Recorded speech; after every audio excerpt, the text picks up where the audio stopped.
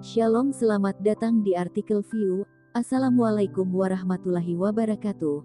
Hai sahabat Ariel Wibowo, apa kabar kalian semuanya? Semoga kalian baik-baik saja. Untuk teman pekerja yang jauh perantau dalam negeri atau di luar negeri, yang jauh dari keluarganya seperti admin, semoga kalian semuanya dilindungi dan diselamatkan dalam pekerjaan masing-masing. Dan untuk sahabatku yang bersama keluarganya, semoga kalian sehat selalu dalam lindungannya. Amin. Episode 158, kisah seorang CEO muda yang berpura-pura culun. Suara keras Arya membuat Reza gemetar, bersembunyi di belakang Melanie, tidak berani berbicara.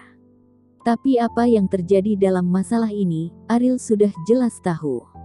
Meskipun Santi memprovokasi masalah ini, Arya adalah inisiator sebenarnya. Dia tidak menyukai Reza, jadi dia menggunakan fitnah ini untuk mengusir Melanie dan putranya. Orang ini telah memberinya kesempatan terakhir kali, tetapi dia tidak menyangka bahwa dia masih akan kacau di perusahaan dengan kekuatannya. Saat ini, Imam tiba di pintu perusahaan, ditemani oleh Andika yang tersenyum sepanjang waktu.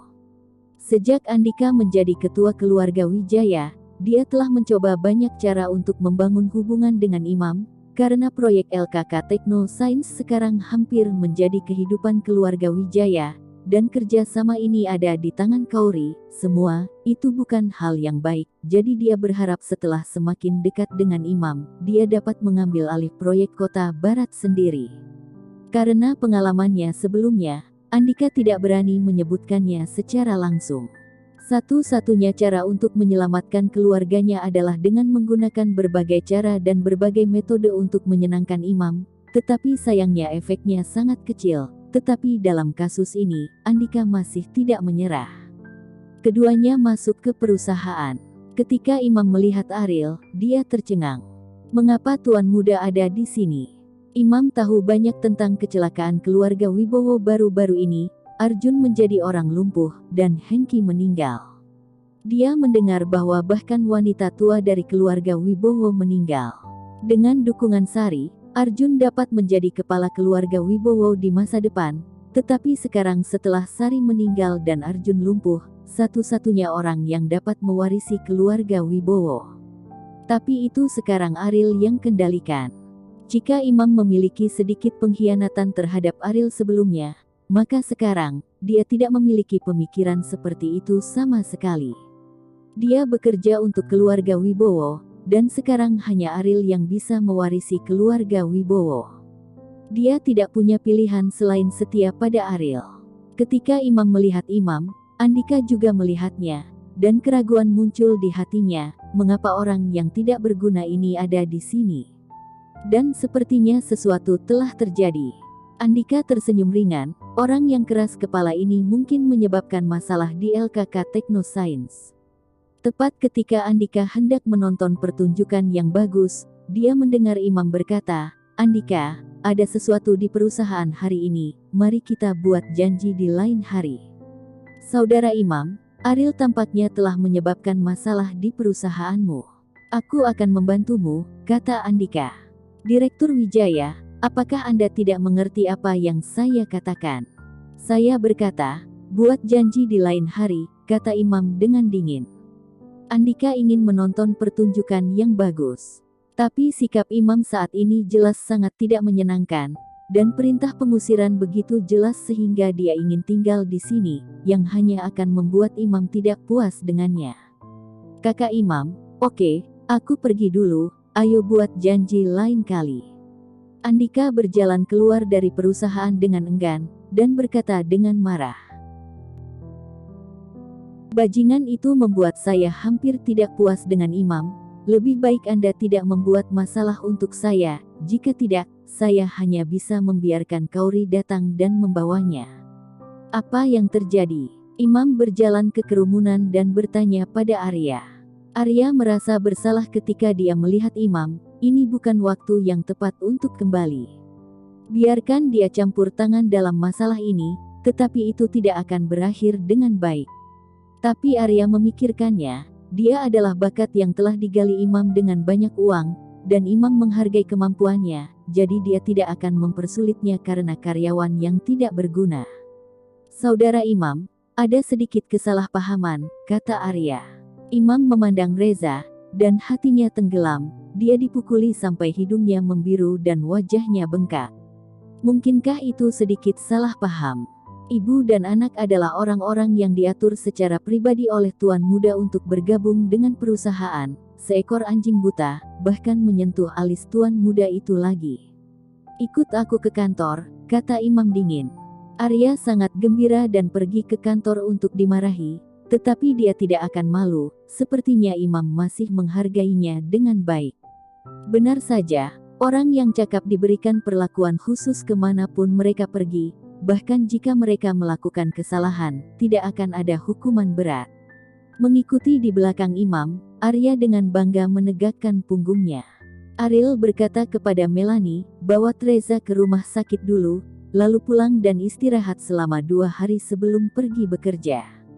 Datang bekerja lagi. Melanie berkata dengan ekspresi malu, Ariel, aku tidak ingin merepotkanmu lagi. Pertama kali Arya mempersulit kami, pasti akan ada yang kedua kalinya. Ar tersenyum berkata, jangan khawatir, Arya akan segera keluar dari perusahaan ini. Jika ada yang berani mempersulit Anda di masa depan, pecat saja dia secara langsung. Melanie tertegun dan langsung heran. Apakah dia memiliki begitu banyak kesabaran?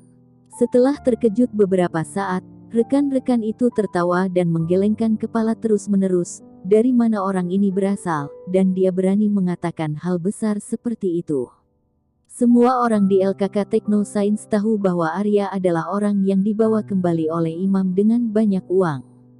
Bagaimana mungkin seseorang seperti Imam diusir karena Melanie? Cukup bunga perusahaan. Bung, apa yang kamu sombongkan? Apakah kamu tahu bagaimana Arya datang ke perusahaan kami? Dia disewa oleh brother Imam dengan banyak uang. Untuk memecat Arya demi Melanie, apakah kamu menceritakan lelucon kepada kami? Siapa kamu? Bicaralah seperti kamu bisa mengatur urusan perusahaan kami, tidakkah kamu perlu memikirkannya ketika kamu berbicara besar? Beberapa orang yang baru saja dipukuli oleh Ariel. Dia memandang Ariel dengan jijik. Apakah dia akan dipecat? Kita akan tahu nanti. Ariel berkata ringan dan berjalan menuju kantor Imam. Di kantor, Arya tersenyum dan berkata kepada Imam, Saudara Imam, terima kasih. Memang benar bahwa saya melakukan ini sedikit terlalu sembrono, tetapi ada orang bodoh di perusahaan kita sepanjang hari, yang juga mempengaruhi citra perusahaan. Terima kasih padaku. Terima kasih untuk apa? Imam bertanya dengan ringan. Kamu memintaku untuk datang ke kantor, bukankah kamu hanya berpura-pura memarahiku? Saya tahu Anda tidak ingin saya dipermalukan di depan rekan kerja lain, dan saya mengerti maksud Anda. Arya berkata. Sudut mulut Imam terangkat. Dari mana ide bodoh ini berasal?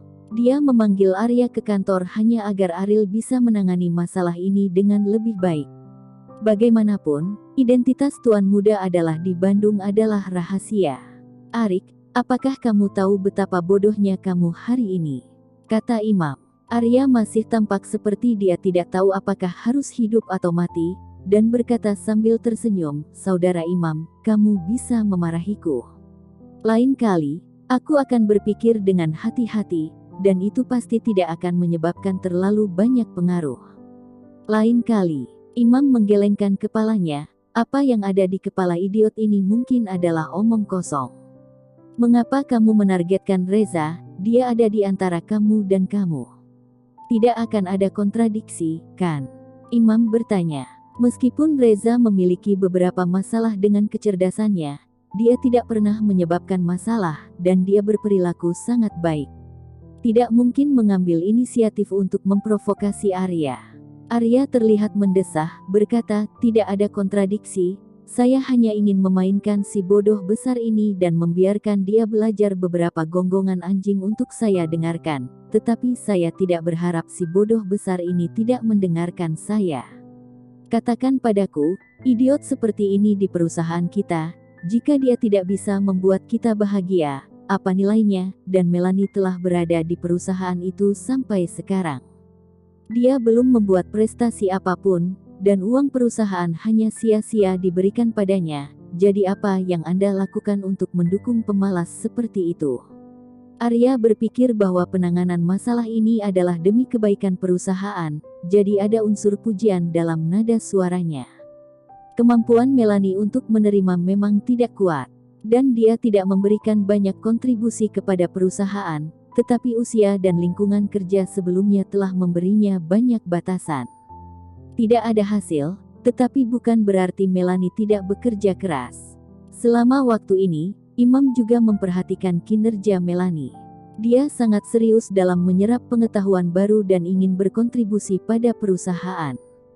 Dalam pandangan Imam, karyawan seperti ini layak untuk dibudidayakan, tetapi di mata Arya dia menyangkal upaya Melanie dan hanya melihat sisi tidak berguna Melanie.